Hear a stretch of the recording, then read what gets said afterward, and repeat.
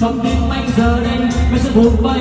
Thì xưa đã chết đã hết rồi tình yêu, em về đi không buồn không giận đâu, không yêu nhau thì thôi xin anh hỡi ơi, vì yêu đừng nên dối trá trở nên ngu ơ.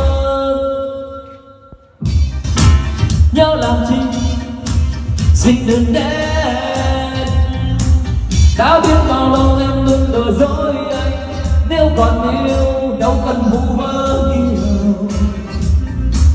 Có trôi không tay có đôi không thôi, không yêu nhau nữa bên nhau làm chi em ơi. Em về đi thôi rồi không còn chi, trong tim anh giờ đây bây giờ buồn bay. Thì xưa đã chết đã hết rồi tình yêu, em về đi không buồn không giận đâu, không yêu nhau thì thôi xin anh người ơi, thì tình yêu đừng nên dối trá.